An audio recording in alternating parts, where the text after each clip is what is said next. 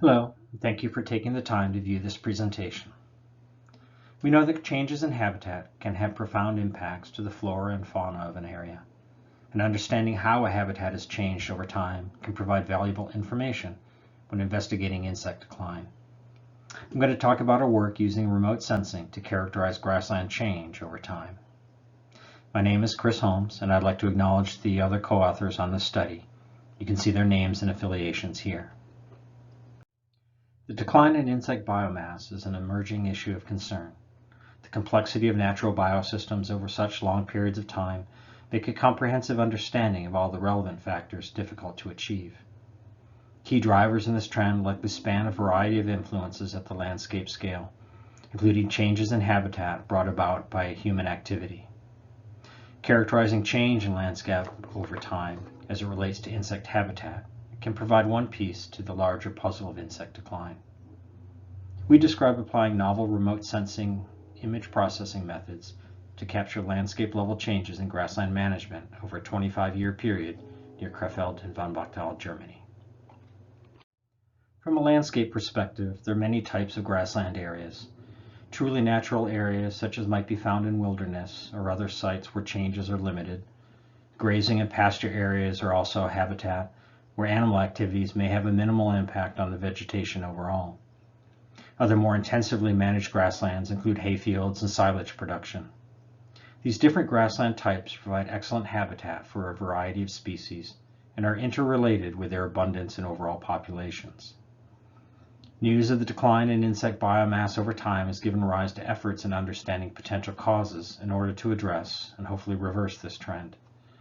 We wanted to see if we could use historical remote sensing imagery to understand the change in grassland composition and management over time. Two locations within the federal state of North Rhine-Westphalia in Germany were selected for the study. The first is located near the city of Krefeld on the western side of the Rhine River. The second is in the von Bachtal region, approximately 25 kilometers southeast of Cologne. The spatial extent of both study sites is defined by a 10-kilometer radius centered on an individual trap location. Using previously digitized land parcels, shown here in green, we selected the collection of grassland-related parcels, or polygons. We wanted to make sure that the grassland image pixels we studied were as homogeneous as possible. To do this, we took the original grassland polygons and buffered inward by 30 meters.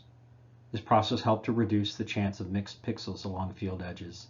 The examples shown here help to illustrate the variety of grassland types within the study area. We're fortunate to have access to a large collection of historical satellite imagery from Noaa's Landsat program going back to the 1980s.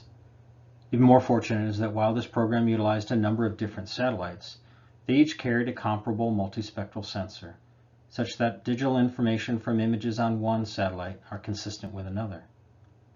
For our study, we ultimately acquired and processed 166 satellite images in Krefeld and 266 images in von Bachtal, both spanning the 25 years. But to get to that set of images, we had to review and evaluate over 1,700 images across both sites. There are a lot of reasons an image might not be suitable.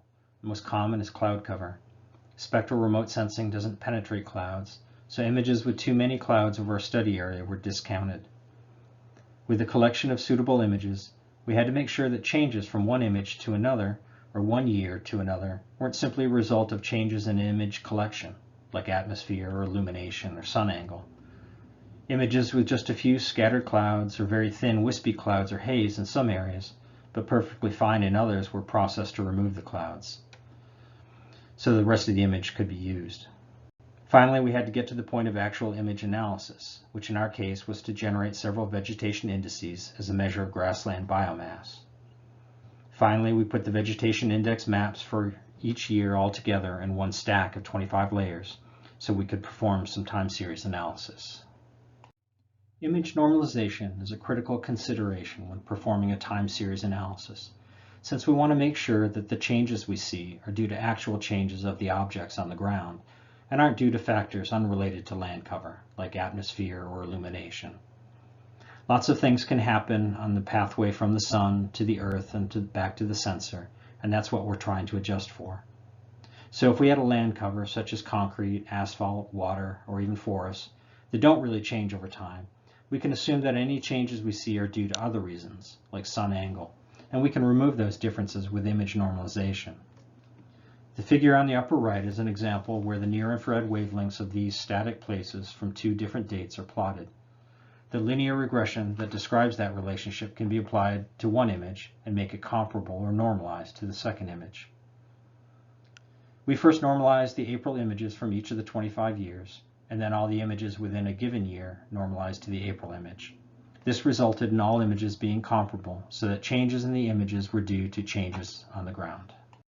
Rather than work with the raw image data, we focused our analysis on utilizing several vegetation indices. A vegetation index uses the specific way plant structure reflects energy at different wavelengths. In using this way healthy vegetation reflects red and near-infrared energy, the health or vigor of the vegetation can be quantified. This is how the Normalized Difference Vegetation Index works, called NDVI. This index has been used for many years and is probably the most commonly used vegetation index. With NDVI, larger numbers mean more intense or vigorous vegetation, which in turn indicates a greater amount of biomass. We also use the Moisture Stress Index, since this included a different wavelength, not used in the NDVI, and the Transform Vegetation Index, which is less likely to saturate at the upper end of the biomass levels. Once we had that layer stack of 25 vegetation indices, we could start to look at how vegetation changed over time for each of those grassland polygons. We used a k-means clustering algorithm, which took those 25 values for each polygon and grouped them into a set number of clusters where they have the most similarity and the greatest separation. In this case for Krefeld, each grassland polygon was put into one of four groups.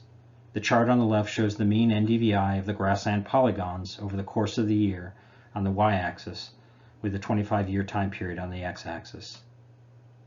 Because aspects not related to land cover or vegetation can influence the NDVI, such as drought or weather, the time series was normalized to remove these variations, which influenced every grassland polygon in the image. This is the middle and right charts. In the right-hand chart, we can observe different temporal trends in NDVI. The purple and yellow clusters on the top have the highest vegetation index values and remain fairly constant over time, with a small but consistent separation between them. The light green cluster increases early on, then levels off about the year 2000, while the dark green cluster is relatively flat until 2000, and then increases to end up near the other clusters in 2013. Keep in mind that higher NDVI means greater biomass in the field, so the biomass or productivity of some fields are changing over time, while the others remain fairly constant.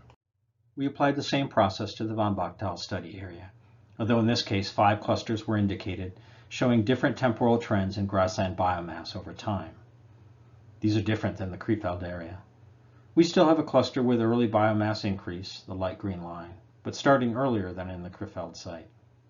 Similarly, a cluster which starts to increase about midway through the 25 years. But unlike Krefeld, we have one cluster, class 3, the blue line, which had a relatively consistent NDVI with the yellow cluster 4, but around 2000, the NDVI started to decrease for about 10 years, ultimately ending up near class 1 in 2015. So while we can identify distinct clusters of grassland fields in terms of biomass over time, those clusters may behave differently in separate geographic areas, and thus important in context of wide-scale empirical data. We used 3 different vegetation indices, and we looked at how they influenced the clusters and which grassland polygons were assigned to them.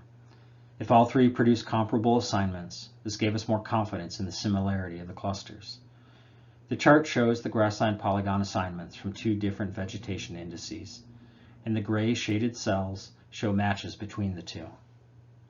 Across all 3 vegetation indices used and the 2 sites, somewhere between 73 and 90% of the polygons were in the same cluster. Overall, this tells us that the clustering process did a good job, and we have more confidence in the clusters and their associated trends. A hierarchical clustering approach was used to subcategorize the main 5 clusters. This allowed for a further breakdown of the temporal trends within any of the original 5 clusters. Variations in timing of the temporal aspects of NDVI increases or decreases can be observed. All subclusters follow the same trend over the 25 years, but when the NDVI increase or decrease occurs is a bit different. The level of detail needed might depend on the specific questions being asked. NDVI is an indicator of vegetation biomass. When there's an increase in the annual average NDVI, we could conclude that the same grassland polygon is producing more biomass over time. Since we removed large-scale annual effects such as weather or drought, the increase in biomass indicates more intensively managed grasslands. So if we use changes in NDVI as a proxy for this intensification, we've identified 2 periods of increasing grassland intensive management in Krefeld. And in the von Bochtal site, we've also had 2 periods of increasing grassland biomass and 1 cluster of decreasing biomass. These trends might be related to reduction of dairy farming in a region, an increase of biomass production for a biogas generation plant, or a conversion of grasslands to more intensive silage production. Further analysis of the lowest NDVI classes showed a decrease in variability within the class over time, indicating a loss of diversity across those grassland polygons. And lower diversity in grassland management likely has an impact on biodiversity in the landscape as a whole. We've demonstrated the feasibility of utilizing information from freely available satellite image archives for habitat characterization of historic landscape patterns and changes over a 25-year period. We showed that grassland clusters displayed different patterns over time and different patterns between the 2 sites. We also showed that our 3 vegetation indices produce comparable results. The approach we've demonstrated here is applicable across geographies and time periods, since the satellite data are global and available over a 40-year period. The results are suitable for spatially explicit ecological modeling to explore the multitude of stressors that may impact insect communities. Grassland areas are an important habitat for some groups of insects, and understanding historic changes in grassland extent and management provides a key factor in increasing our knowledge about possible causal factors in observed changes in insect biomass over space and time. Thank you for listening, and once again I want to acknowledge and thank the other members of the team working on this.